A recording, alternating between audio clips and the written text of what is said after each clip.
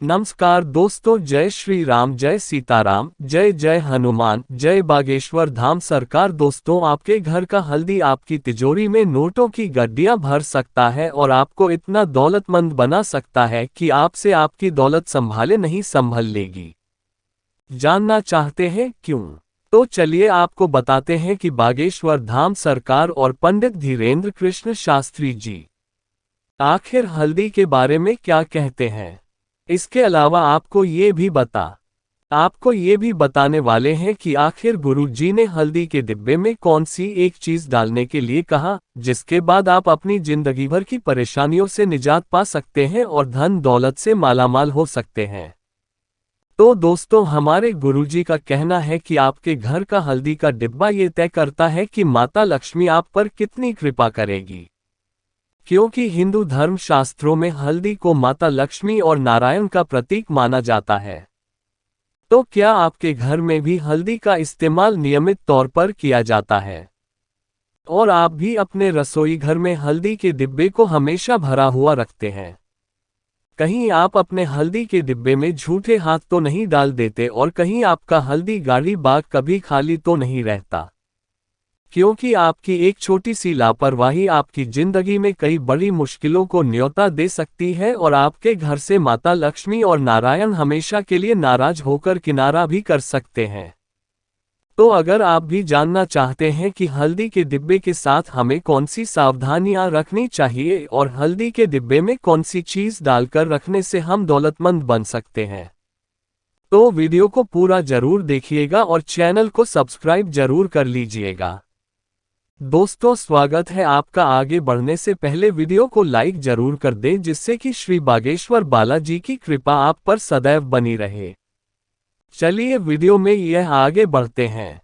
ये में से कोई एक जागेश्वर धाम सरकार वाले गुरुजी की बात माने तो हमारे शास्त्रों में हल्दी का सीधा संबंध माता लक्ष्मी से किया गया है।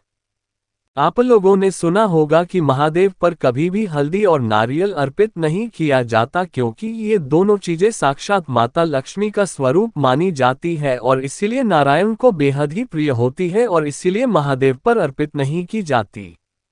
साथ ही हिंदू धर्म में धार्मिक कार्यों के दौरान और त्योहारों पर भी हल्दी से विशेष रूप से पूजा की जाती है और माता लक्ष्मी का स्वरूप मानकर नारायण पर हल्दी अर्पित की जाती है, ताकि नारायण हमसे प्रसन्न रह सके।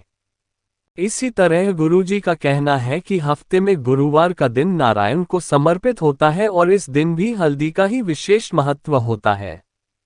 इस दिन जो लोग नारायण की पूजा पाठ करते हैं, उन्हें हल्दी से ही पूजा करनी होती है और हल्दी का ही भोजन खाना होता है।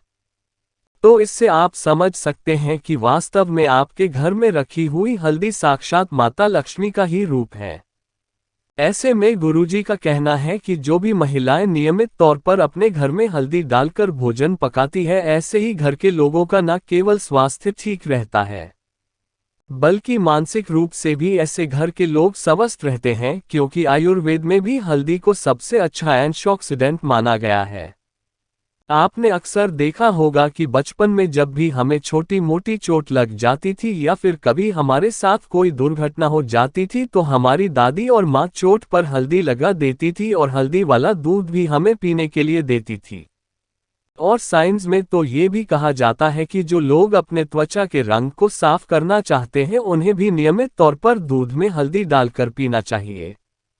इससे उनके शरीर में मेलानिन कम रिलीज होता है और मेल इनकम रिलीज होने की वजह से अपने आप उनका रंग गोरा होने लग जाता है। तो शायद अब आप समझ गए होंगे कि हल्दी न केवल हमारे जीवन में हमारे भाग्य के लिए जरूरी है, बल्कि हमारे सेहत के लिए भी कितनी जरूरी है। ऐसे में हमारे बागेश्वर बाबा का कहना है कि अगर आप माता लक्ष्मी को प्रसन्न रखना चाहते हैं, विष्णु भगवान को खुश करना चाहते हैं, उनसे आशीर्वाद पाना चाहते हैं और सदैव के लिए माता लक्ष्मी और नारायण को अपने घर में विराजमान रखना चाहते हैं, तो आपको आपके घर में हल्दी के कुछ विशेष प्रयोग भी करने चाहिए और हल्दी के डिब्बे के साथ खास सावधानियां बरतनी चाहिए। इसी के साथ महिलाओं को ये ध्यान रखना चाहिए कि आपके घर में हल्दी करीब कभी भी खाली ना हो, क्योंकि हल्दी का डिब्बा खाली होना माता लक्ष्मी की हानि के बराबर है।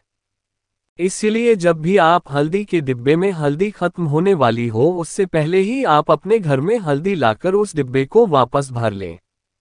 दोस्तों, इसी के साथ गुरुजी का कहना है कि कई बार अक्सर देखा जाता है कि हम जिस डिब्बे से रसोई घर में खाना पकाते हैं उसी डब्बे में से हल्दी लेकर पूजा में भी इस्तेमाल कर लेते हैं। एक तरीके से देखा जाए तो ये साक्षात माता लक्ष्मी का अपमान माना जाता है। इसलिए महिलाओं को पूजा में इस्तेमाल होने वाली हल्दी को अलग से निकाल कर रखना चाहिए ताकि अशुद्ध और जूठे हाथों से इस्तेमाल हुई हल्दी का प्रयोग पूजा में ना हो। इसी के साथ गुरुजी ने ये भी कहा कि महिलाओं को हर गुरुवार को आटे की रोटी बनाकर उस पर थोड़ी सी हल्दी, गुड़ और चना डालकर गाय को भी जरूर खिलाना चाहिए। कहा जाता है कि गाय के भीतर 30 करोड़ देवी देवताओं का निवास होता है और अगर हम गाय की सेवा कर देते हैं, उनको हल्दी, गुड़ और चने की रोटी खिलाते हैं तो इससे नारायण प्रसन्न होते हैं और हमारे घर में अन्न और धन के भंडार भर देते हैं। इसी के साथ गुरुजी का कहना यह भी है कि महिलाएं कोशिश करें कि सप्ताह में कम से कम एक बार अपने घर में पोंछे के पानी में हल्दी डालकर उससे घर का पोंछा जरूर लगाएं। इससे घर में सकारात्मक ऊर्जा बनी रहती है और आपके घर में दर्द पैर नहीं पसारती।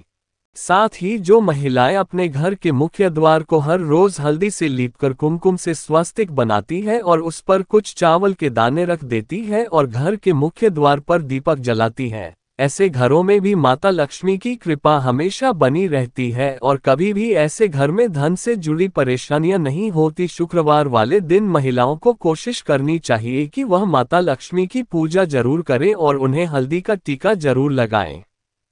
कहा जाता है कि अगर आप माता लक्ष्मी को हल्दी का तिलक लगाती है और नारायण को हल्दी से पूजती है, साथ ही केले की जड़ में हल्दी वाला जल अर्पित करती है, तो ऐसा करने से भी नारायण और माता लक्ष्मी प्रसन्न होते हैं और आपके परिवार में दिन दूनी रात चौगुनी तरक्की के रास्ते खोल देती है।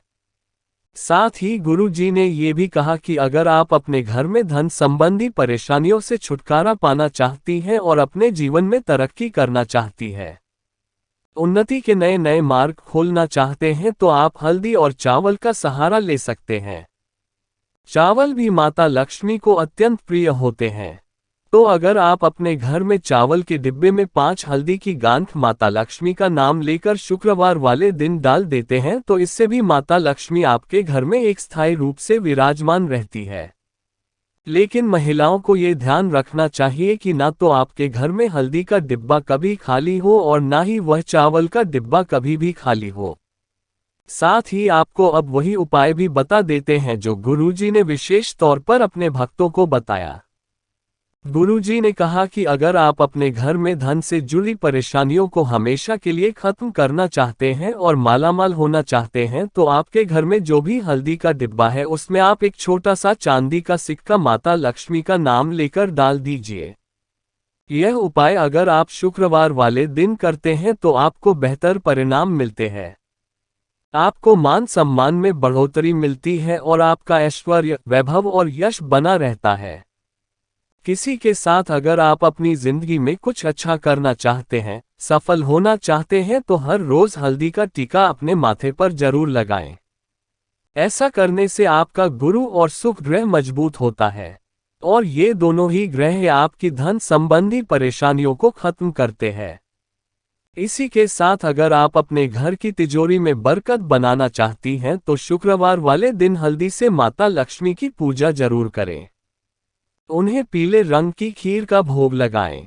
उसके बाद उसी हल्दी को लेकर अपनी तिजोरी पर स्वस्तिक बना लें। ऐसा करने से माता लक्ष्मी की साक्षात कृपा आपकी तिजोरी पर होगी और आपका धन बेफिजूल में खर्च नहीं होगा, साथ ही बचत और बरकत के रास्ते भी खुलने लगेंगे।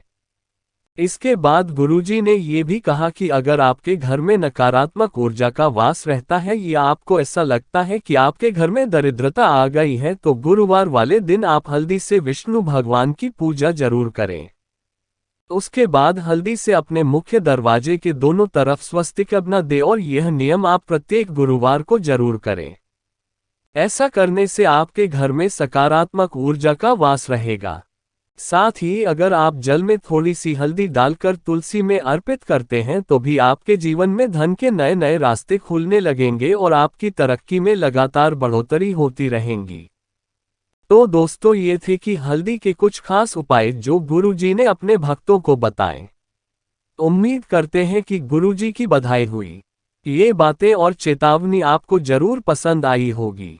अगर आपको यह वीडियो अच्छी लगी हो तो चैनल को सब्सक्राइब करके वीडियो को लाइक और कमेंट बॉक्स में जय श्री राम, जय वागेश्वरी हम सरकार, जय हनुमान, जय सीताराम जरूर लिखें और इसे ज़्यादा से ज़्यादा शेयर करके बाकी लोगों तक भी पहुंचाएं। तो मिलते हैं अगले वीडियो में, तब तक आप अपना ध्यान रखें। ये सुस्त रहे, सुरक्षित रहे। धन्यवाद।